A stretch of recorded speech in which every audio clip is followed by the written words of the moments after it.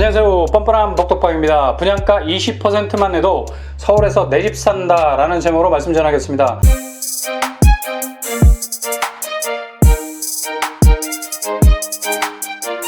8월 4일 부동산 대책이 발표된 후에 난리가 났습니다.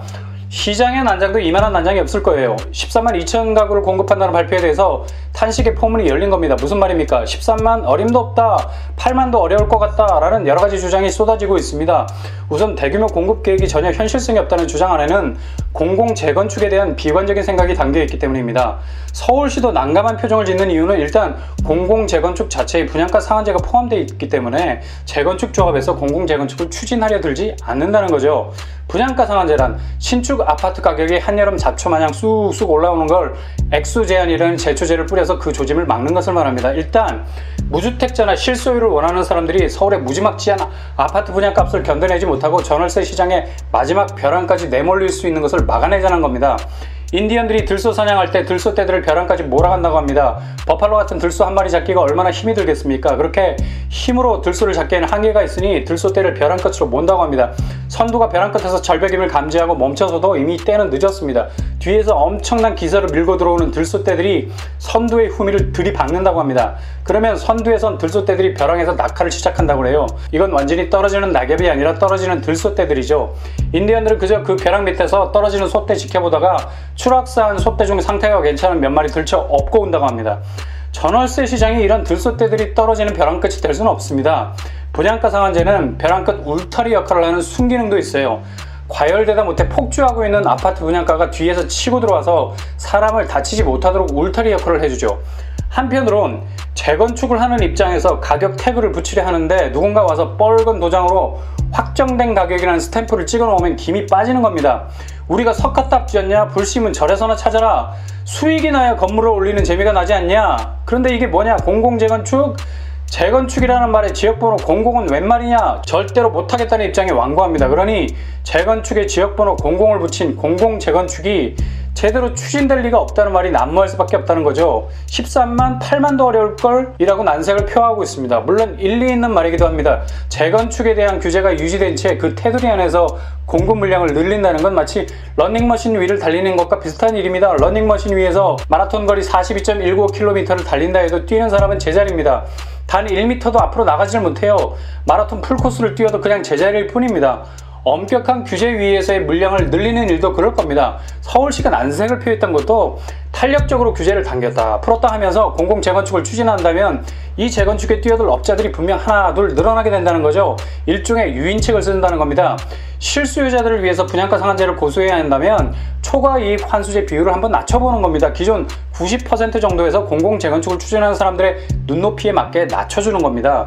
공공재건축 하자고 억지로 끌어들이다가 힘쓰다 힘 빠져버리게 되거든요.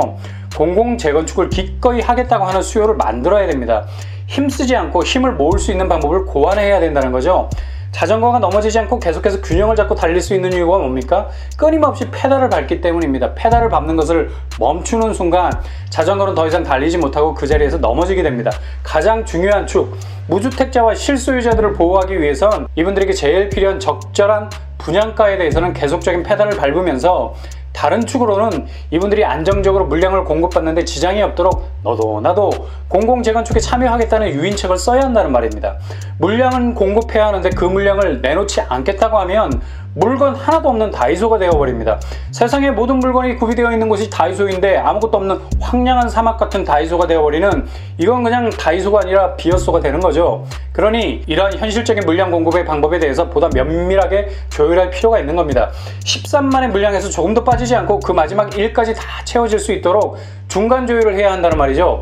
지금 서울에서 추진 중인 재개발 재건축 아파트들 대부분은 여타 저타를 떠나서 비용 문제만큼은 단 한 걸음의 양보도 없다는 입장은 확고부당할 겁니다. 한마디로 돈이 안 드는 개발은 절대 하지 않겠다는 얘기입니다. 그냥 쳐다도 안 보겠다는 말이죠. 당연한 이치입니다.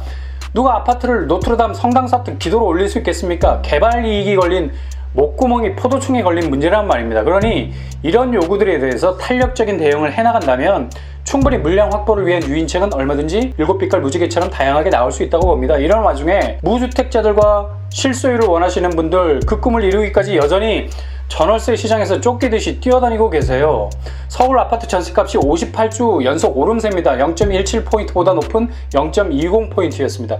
강남은 말할 것도 없고 송파, 마포, 가장 높았던 것은 성동구였습니다. 광진구는 전세 매물을 아예 찾아볼 수 없다고 합니다. 물론 임대차 3법 때문에 버티기에 들어간 임대인들이 전세 시장의 문을 닫아버리는 원인도 있겠지만 여전히 서울 수도권에서 내 집 마련을 위해서 안정적인 준비를 할 수 있는 환승력이 턱없이 부족하다는 말이죠.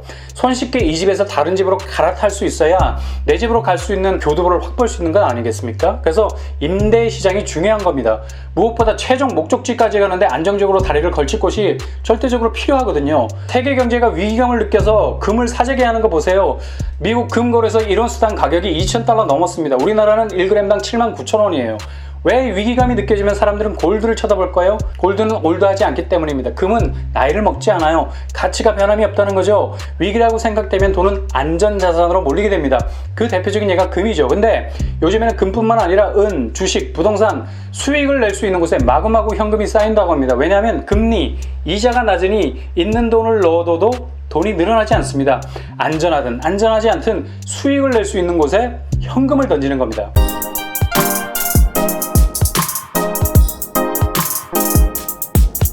이처럼 사람은 본능적으로 안전자산에 마음이 쏠리게 돼 있어요. 우리나라 부동산이 왜 과열되었냐고요? 임대시장이 불안해서입니다. 전월세판을 돌다 보니까 입에서 단내가 나는 거예요. 심지어 나라의 허리라고 할 수 있는 30대가 주거의 불안을 느끼니 패닉바잉이라는 말이 생겨날 정도 아닙니까?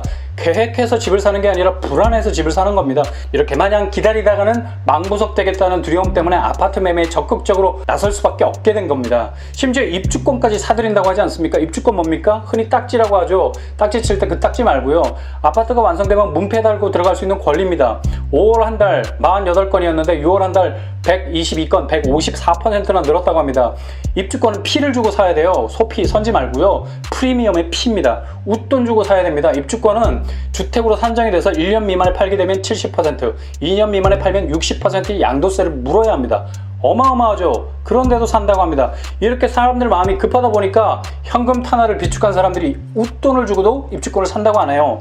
이런 세대의 불안감이 그대로 반영된 부분도 없지 않아 있는 겁니다. 그래서 과감한 물량 공급 계획이 설계만 하고 끝내는 것이 아니라 기초를 받고 건물을 올리는 시공 단계까지 나가야 된다는 말입니다. 그래서 13만 물량 중 5만이 허수다 뭐다 하는 말에 휘둘리지 않기 위해서라도 조율이 필요한 겁니다.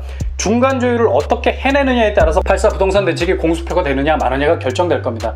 대항을 가로지르는 엄청나게 큰 유조선의 방향이 어떻게 바뀝니까? 조타실에 있는 아주 작은 키의 움직임으로 전환이 되죠.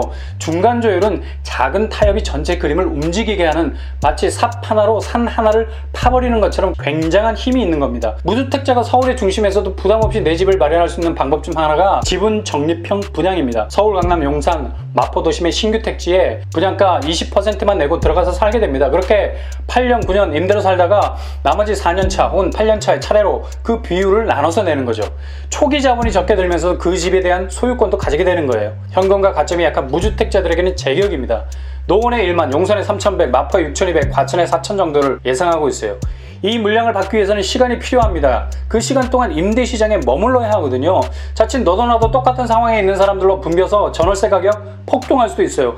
이를 위해서 표준 임대료가 필요한 거고요. 기준을 정해서 그 이상으로는 스탑!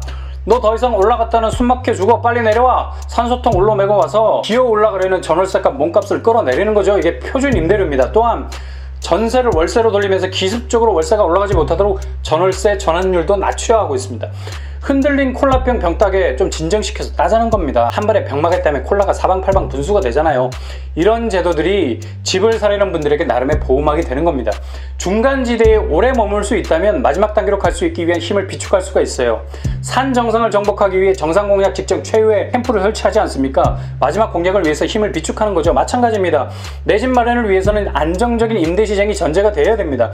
내 집 마련을 위한 마지막 베이스 캠프죠. 그러나 시장은 전월세 사시는 분들 가만히 안 두죠. 임대차 3법 통과되자마자 전세 실종에 월세 급등에 임대인들은 자기 방어에 골몰할 수밖에 없습니다.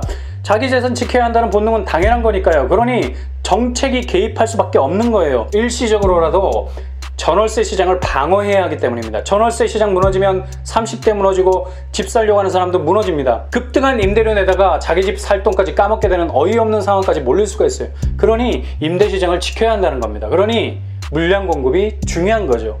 물량 공급을 위한 공공 재건축과 재개발은 조율이 관건입니다. 문을 걸어 잠갔다면 굳이 문을 부수고 들어갈 필요 없어요. 문고리진 사람에게 문을 열고 나오게 하면 됩니다. 이런 유인책이 실행 단계에서 적절히 나와야만 우리 30대와 무주택자들이 더욱 힘을 내서 내 집 마련의 목표에 다다를 수 있게 되는 겁니다. 지분 적립형 분양은 좋은 대안 중에 하나입니다. 자금과 가점이 모자란 분들이 초기에 적은 금액으로도 서울에서도 내 집을 가질 수 있다는 동기부여를 강하게 할 수 있는 방법 중에 하나죠.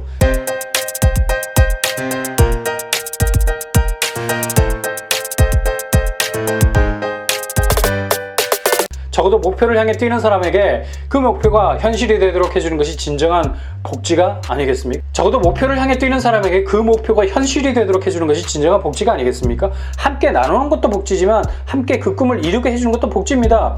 자동차의 헤드라이트는 100여 미터밖에 비추지 못하지만 그 짧은 조명으로 야간에 수백 킬로를 달릴 수 있습니다. 모든 조건을 다 갖춰야 청약할 수 있고 당첨될 수 있고 분양받을 수 있다는 생각 하지 마세요.